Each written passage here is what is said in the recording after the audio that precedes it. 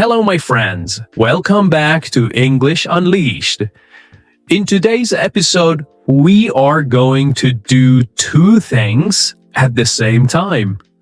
First, we are going to explore a powerful idea.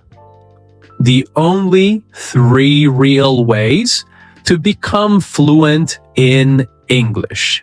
Second, and just as important, we are going to improve your English while you listen. This is not only a podcast about fluency. This podcast is fluency practice. Let me explain how. In this episode, I will use language that is rich but clear. Sometimes, I will use slightly more advanced words. Words that are a little higher than basic level. But I will not stop and give dictionary-style definitions. Instead, I will make the meaning clear in another way. I will repeat ideas using different words. I will say the same idea in a simpler way. I will express one concept, then say it again in easier language so your brain can connect the meaning naturally. In this way, you understand from context. You understand from repetition. You understand because the idea becomes clearer each time you hear it. Do not worry if one sentence feels difficult. Keep listening. The meaning will become clear. The idea will open. The message will settle in your mind. You are not here to understand every single word perfectly. You are here to grasp the message. You are here to understand the message. You are here to get the message. Okay? So, take a deep breath, relax your shoulders, and let your mind focus. Let's begin.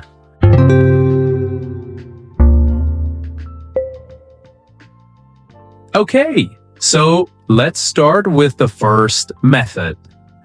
Live inside English every day. Fluent speakers do not treat English as a school subject. They do not place English inside a small box called study time. They do not say, "Now I open English," and then later, "Now I close English." No. Instead, English becomes part of their environment. English becomes part of their surroundings. It becomes part of the air they breathe during the day. They live with English. They move through their daily routine with English around them. English is present in their morning. It is present in their afternoon. It is present in their evening. It is not something special. It is not something separate. It is something normal, okay? This idea is strongly supported by research about language input. So, what is input? Input is the language you receive, the language that enters your mind through listening and reading. It is the English you hear. It is the English you see. It is the English your brain meets again and again. Input, remember that. So, researchers explain something very important. The brain does not learn language from rules alone. It learns language from exposure, from contact, from repeated experience. When you hear English once, it feels new. When you hear it many times, it feels familiar. When you hear it every day, it begins to feel natural. The brain adapts through repetition. It adjusts through frequency. It becomes comfortable through regular contact. At first, English may feel distant. It may feel foreign. It may feel like something outside of you.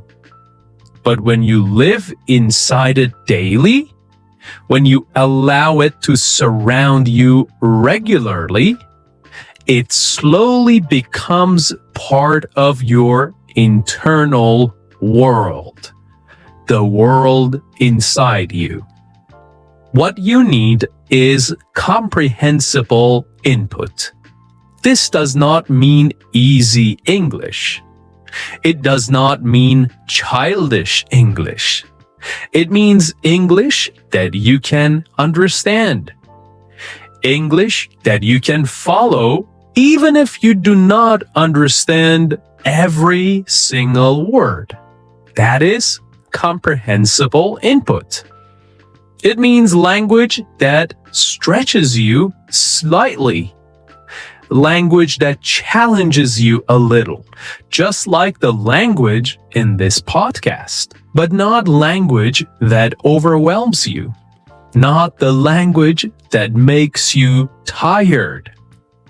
When input is comprehensible, the brain stays relaxed.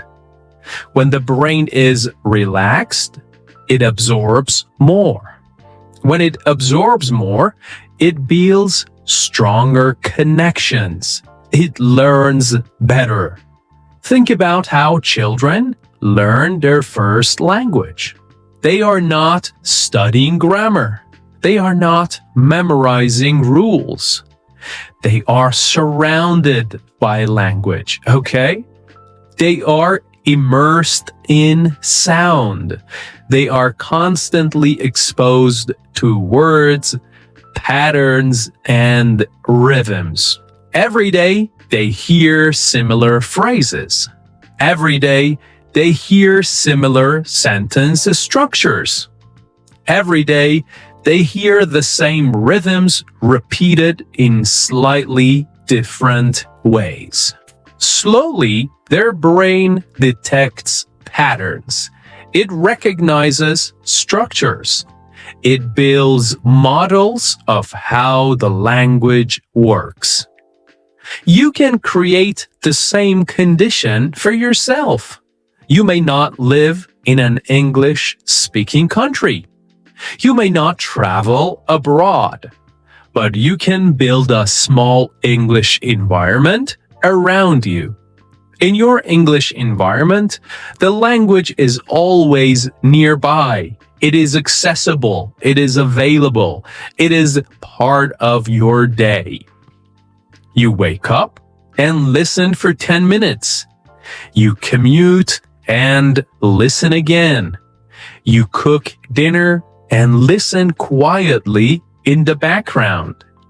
This is not intense study. It is consistent exposure. It is steady contact. At first, English may sound too fast. The sentences may blend together. The sounds may feel unclear. But when you hear the same voice again and again, the rhythm becomes familiar. The speed becomes manageable. The pronunciation becomes predictable. You begin to feel the flow of the language. Many learners make a common mistake. They jump from one source to another. They change teachers every week. They move from one podcast to a completely different style the next day. They believe variety will help. But stability is more powerful. Consistency is more effective. Repetition is more powerful. Okay, so that is for listening and understanding English. But to build fluency, you also need other methods. The second method is building a daily system. Many learners believe fluency comes from strong motivation. They believe they must feel inspired, excited, full of energy, full of passion, full of drive. They think they must wake up each day with the desire to study and the desire to practice. But motivation is unstable. It rises and falls. It comes and goes. Some days you feel eager. Some days you feel tired. Some days you feel curious. Some days you feel distracted. If fluency depends only on motivation, progress becomes irregular. It becomes uncertain. It becomes unpredictable. So, instead of depending on motivation, fluent learners depend on something else. They depend on a system. They rely on a routine. They follow a pattern that repeats each day. Small actions, repeated daily, create deep change over time. Tiny steps, taken regularly, lead to large progress later. If you study 5 hours one day and then stop for many days, the effect is not strong. The memory fades. The brain forgets. But if you study 20 minutes every day, even a short period, even a small amount of time, the brain remembers. The brain retains. The brain strengthens connections. Language learning depends on frequency. It depends on repeated contact, repeated exposure, repeated use.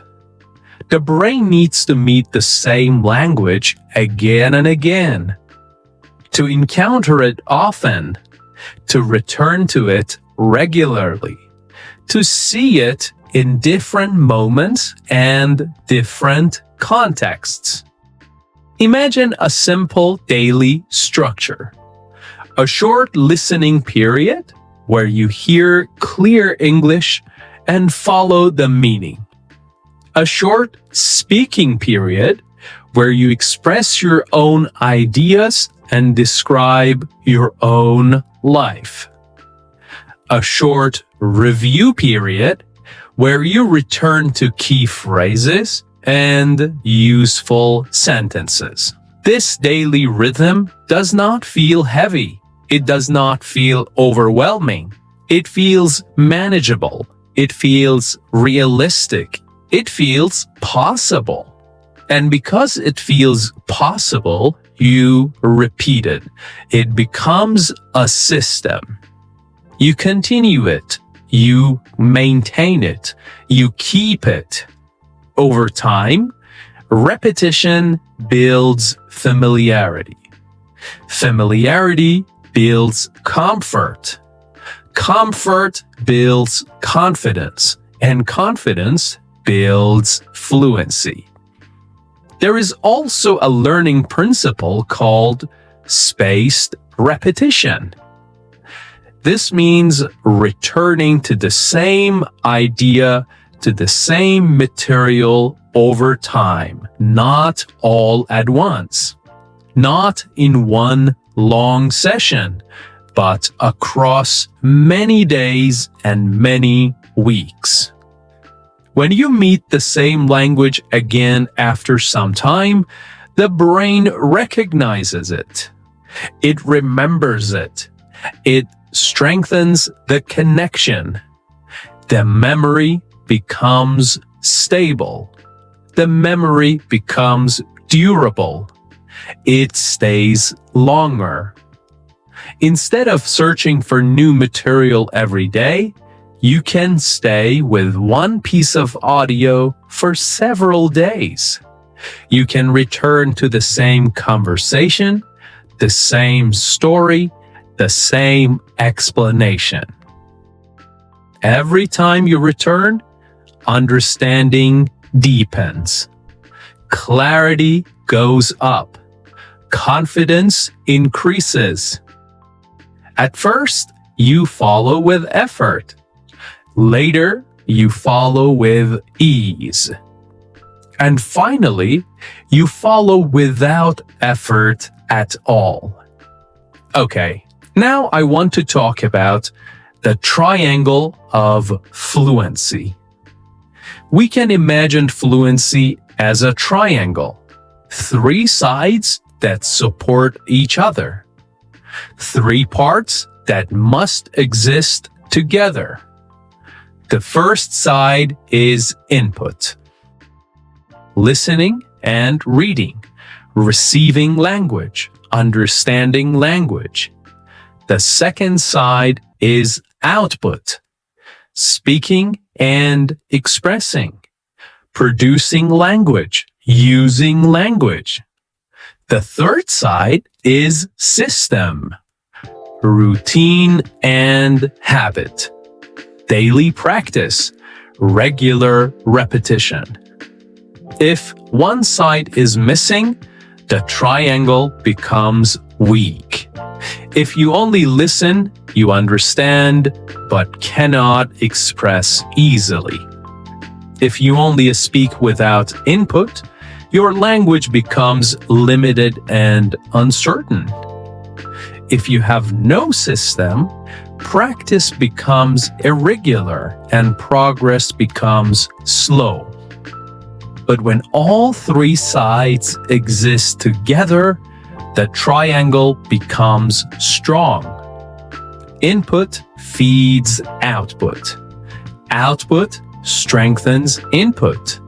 The system holds everything together. So, my friends, fluency is not far away.